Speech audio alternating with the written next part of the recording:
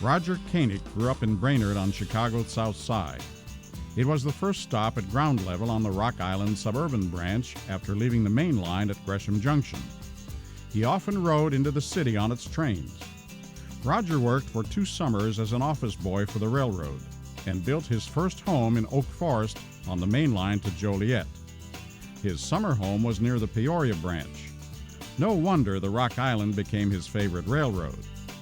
This is Roger's fast-moving kaleidoscope of the Rock during its final 6 years from 1974 until shortly before the railroad shut down forever on March 31, 1980.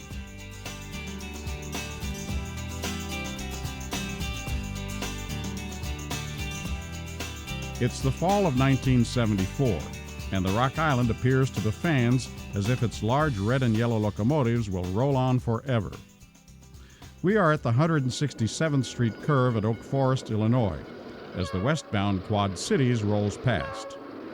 Butterworth Tours operated the special cars on the ends of the Peoria Rocket and Quad Cities Rocket.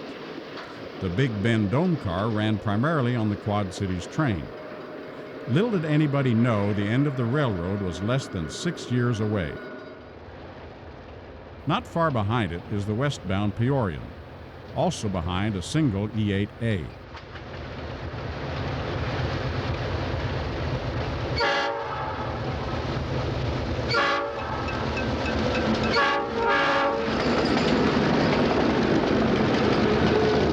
Note that the eastbound is not turned in the Quad Cities, and the cars operate backwards.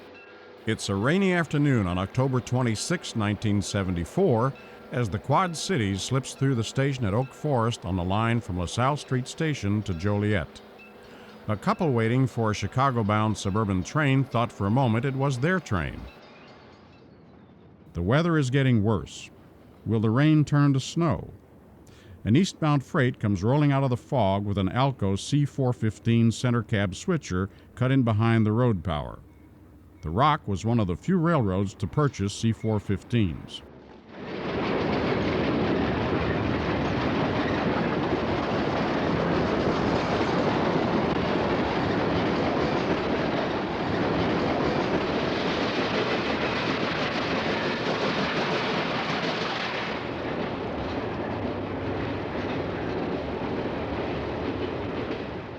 We are at Oak Forest again as a 2-car train of stainless steel bilevels is being pushed into Chicago.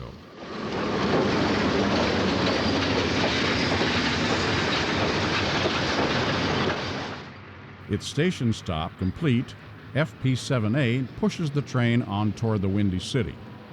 It's a crisp, sunny fall day.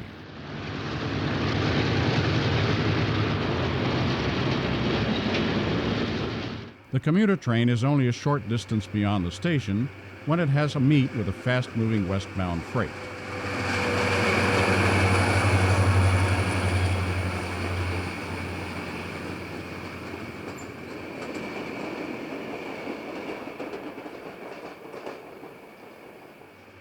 Next up is another westbound freight hauling Rock Island Motor Transit piggyback trailer and mixed freight.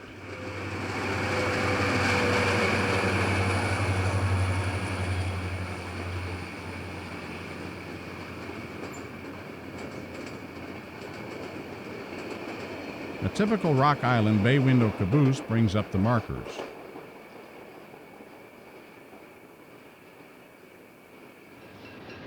We have another meet as a 2-car commuter train is pushed towards Chicago on November 2nd.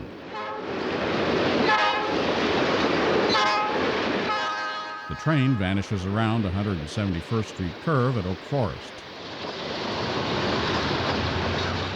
Another bi-level push-pull train bears down on the Oak Forest depot.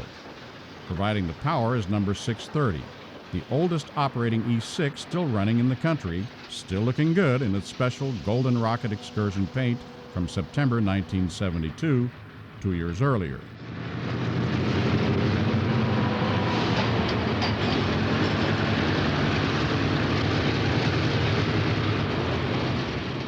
The Rock was getting to look a little tired even in 1974. Witness the wavy track as the inbound train has a meet in the distance. Next up is a fast-moving short freight train behind a Rock F unit and GE U-boat.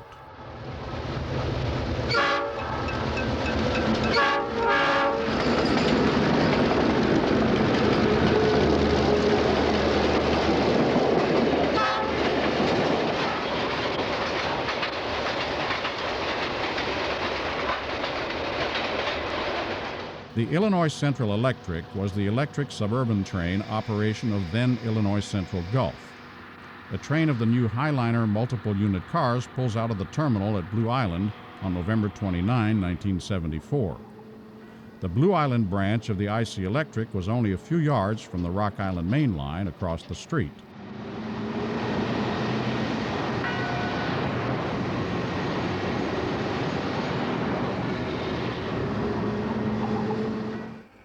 Rail action was more interesting in the Rock's nearby Burr Oak yard.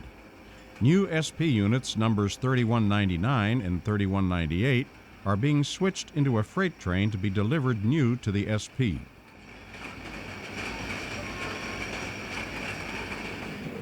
A Rock switcher with silver truck switches cars.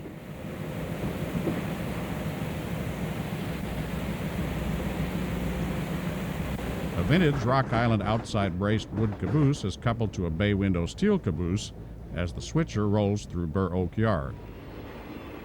A freight train twists its way into Burr Oak.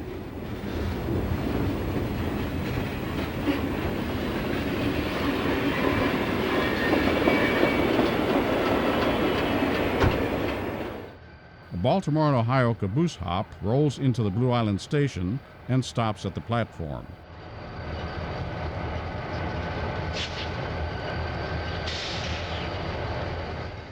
The train action continues with the arrival of the Peorian at Blue Island.